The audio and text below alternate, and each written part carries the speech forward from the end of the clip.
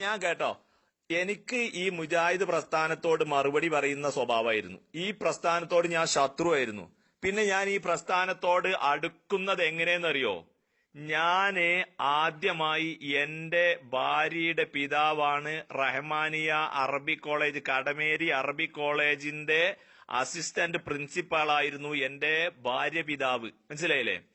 കുഞ്ഞു അഹമ്മദ് മുസ്ലിയാർ എന്ന് പറയും.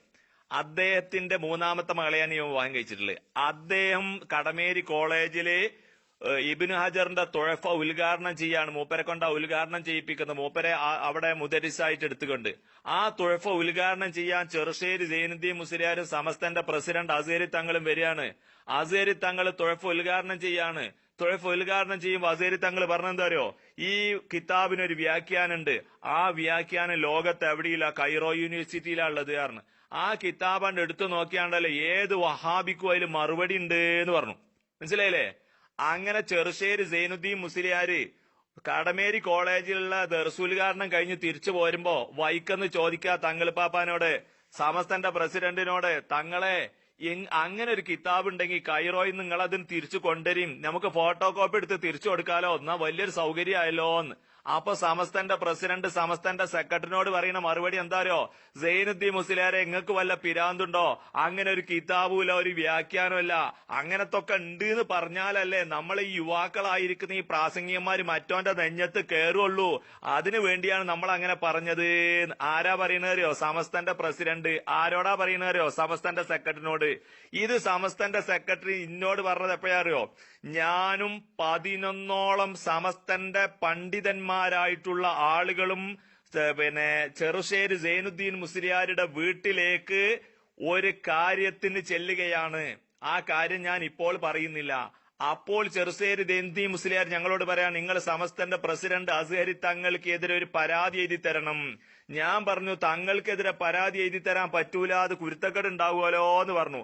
അപ്പൊ ഞങ്ങളോട് ചെറുശ്ശേരി സൈനുദ്ദീൻ മുസ്ലിയാർ പറയാ, അങ്ങനെയാണെങ്കിൽ നിങ്ങൾക്ക് അസ്ഹരി തങ്ങളെ പറ്റി അറിയാത്തതുകൊണ്ട് ഞങ്ങൾ അങ്ങനെ പറയുന്നത്, ഞാൻ പറഞ്ഞു തരാന്ന് പറഞ്ഞു. ചെറുശ്ശേരി അപ്പോൾ കൊണ്ടോട്ടിയിലെ അദ്ദേഹത്തിന്റെ വീട്ടിലിരുന്നിട്ട് ഞാനും അലി അക്ബർ ഫൈസിയും SMK തങ്ങളും അതുപോലെ തന്നെ എന്താ പറയാ TK അബ്ദുറഹ്മാൻ മുസ്ലിയാര്, അതുപോലെ അലി അക്ബർ ഫൈസി, അതുപോലെ തന്നെ ഒരു 11ഓളം മുസ്ലിയാക്കന്മാരുള്ള ഞങ്ങളുടെ ഈ ടീമിനോടാണ് ചെറുശ്ശേരി സൈനുദ്ദീൻ മുസ്ലിയാർ പറഞ്ഞത്, എന്ത് താങ്കൾ ഇങ്ങനെ പറഞ്ഞു, ഇല്ലാത്ത പച്ചക്കള്ളം അദ്ദേഹം പറഞ്ഞു, അത്തരം ആളാണ്, അതുകൊണ്ട് അദ്ദേഹത്തിനെതിരെ ഈ പ്രശ്നത്തിൽ ഒരു പരാതി എഴുതി തരണം എന്ന് പറഞ്ഞു. ഇത് കേട്ടോടുകൂടെ എന്റെ മനം ചത്തു. കാരണം എന്താണ് അറിയോ?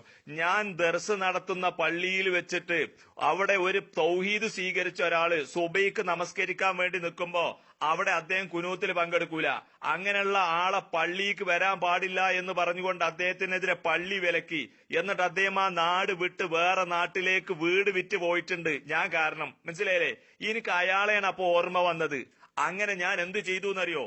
അത് കഴിഞ്ഞ് എന്റെ ഗുരുനാഥൻ പാതിരമണ്ണയിലെ വാപ്പു മുസ്ലിയാർ, അദ്ദേഹം സമസ്ത കേരള ജമിയത്തുൽ ഉലമായുടെ പരീക്ഷ ബോർഡ് മെമ്പറാണ്.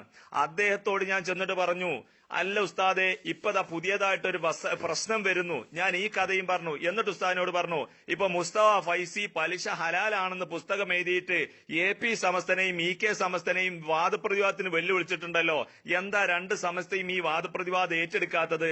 അപ്പൊ ഉസ്താദ് എന്നോട് പറഞ്ഞ എന്താണെന്നറിയോ? എങ്ങനെ ഏറ്റെടുക്കുക? മുസ്തഫന്റെ അഭിപ്രായം തന്നെയാണ് ചെറുശ്ശേരി സൈനുദ്ദീൻ മുസ്ലിയാർക്കും. മനസ്സിലായില്ലേ? പലിശ ഹലാലാണെന്നുള്ള വാദാണ് സമസ്തന്റെ സെക്രട്ടറിക്കോന്ന്. ആലോചിക്കണം. EK സമസ്തന്റെ പ്രസിഡന്റിന്റെ വർത്താനം, EK സമസ്തന്റെ സെക്രട്ടറിന്റെ വർത്താനം, EK സമസ്തയിലെ മറ്റു പണ്ഡിതന്മാരുടെ അഭിപ്രായം നോക്കണം. അതിന് ശേഷം ഞാൻ എന്ത് ചെയ്തു എന്നറിയോ? ഇനി നോക്കിയിട്ട് കാര്യമില്ല. ഞാൻ ഏറ്റവും കേരളത്തിൽ ആദരിക്കുന്ന ഒരു പണ്ഡിതൻ, അദ്ദേഹത്തെ ഞാൻ സമീപിച്ചു. നല്ല കിതാബിരിയുന്ന പണ്ഡിതൻ. അദ്ദേഹത്തിന്റെ പേര് പറഞ്ഞാൽ എന്ത് ചെയ്യുന്നറിയോ? ഈ കള്ളന്മാർ അദ്ദേഹത്തെ കല്ലെറിയും. അപ്പൊ അതുകൊണ്ട് ഞാൻ അദ്ദേഹത്തിന്റെ പേര് പറയില്ല. അദ്ദേഹത്തോട് ഞാൻ ചോദിച്ചു, അല്ല ഈ പിന്നെ അള്ളാഹു അല്ലാത്തവരോട് ഇസ്തിഗാസ നടത്തുന്ന പരിപാടി, ഈ ഇസ്തിഗാസ തൗഹീദിന്റെ ഭാഗമായി എങ്ങനെ ചെയ്യാൻ പറ്റും? ഷാഫി ഇമാം പറഞ്ഞൊരു ആയത്ത് ഉദ്ധരിക്കാൻ പറ്റുമോ? ഹദീസ് ഉദ്ധരിക്കാൻ പറ്റുമോ എന്ന് പറഞ്ഞപ്പോ അദ്ദേഹം പറഞ്ഞതരോ, ഈ ഇസ്തിഗാസൊക്കെ നടത്താന്നും പറഞ്ഞിട്ട് ഉസൂലുൽ ഫിഖ് മുസ്ലിം നിയമം വെച്ച ചർച്ചയ്ക്ക് കടന്നാണ്ടല്ലേ നമ്മൾ പായ് മടക്കി പോണ്ടി വരും. ഞാൻ ഒരിക്കൽ മംഗലാപുരത്ത് ദർസ് നടത്തുന്ന സമയത്ത് വീട്ടിൽ വന്ന് നോക്കുമ്പോ ഭാര്യ കുത്തുബിയത്ത് നീർച്ചയാക്കിയിരിക്കണ്. ഞാൻ അവളെ നന്നായി ചീത്ത പറഞ്ഞു. സമസ്തന്റെ ഉന്നതനായ ഒരു പണ്ഡിതനോട് പറഞ്ഞ, ഇങ്ങനെ പണ്ഡിതന്മാരിൽ നിന്ന് പൊള്ളുന്ന ഇതുപോലെയുള്ള നിരവധി അനുഭവങ്ങൾ ഉണ്ടായപ്പോ ഞാൻ എന്ത് ചെയ്തു എന്നറിയും? എന്നോട് കൂടെ ദർസിൽ പഠിച്ചിരുന്ന സയ്യിദ് ദാരിമി, ഇന്ന് അദ്ദേഹം സൗദി അറേബ്യയിലുള്ള പ്രബോധന മേഖലയിൽ സജീവമായി പ്രവർത്തിക്കുന്ന പണ്ഡിതനാ. അന്ന് അദ്ദേഹം നാട്ടിലാണ്. അദ്ദേഹവുമായി ഞാൻ സംസാരിച്ചു. ഞങ്ങൾ ഒരു ദർസിൽ ഒരേപോലെ പഠിച്ചിരുന്ന വ്യക്തികളാ. അദ്ദേഹത്തോട് ഞാൻ ഈ കാര്യങ്ങൾ പങ്കുവച്ചു. അദ്ദേഹം പറഞ്ഞു, സഹോദര, ഇതിന്റെ കഥ ഇങ്ങനെ തന്നെയാണ്, നമ്മളൊരു കാര്യം ചെയ്യണം, ശരിക്കും കാര്യങ്ങൾ കൃത്യമായി പഠിക്കണം എന്ന് പറഞ്ഞ അദ്ദേഹവും ഞാനുമാണ് പിന്നീട് ഈ പഠന മേഖലയിൽ സജീവമായി. ഞങ്ങൾ അന്ന് മുജാഹിദ് പ്രസ്ഥാനത്തെ അറിയില്ല. അവസാനം ഞങ്ങൾ എത്തിപ്പെട്ടത് കിതാബിലുള്ള ഉസൂൽ ഫിഖ് പ്രകാരം, ഉസൂലുൽ ഹദീത്ത് പ്രകാരം നമ്മൾ കാര്യങ്ങൾ പഠനം നടത്തുമ്പോ ജമാഅത്തെ ഇസ്ലാമിയുമായി സഹകരിക്കാൻ പറ്റുമെന്ന് തോന്നുന്നു എന്ന നിലക്ക് ഞങ്ങൾ ശാന്തപുരക്കാരുമായി കൊണ്ടൊക്കെ സഹകരിക്കാൻ നോക്കി.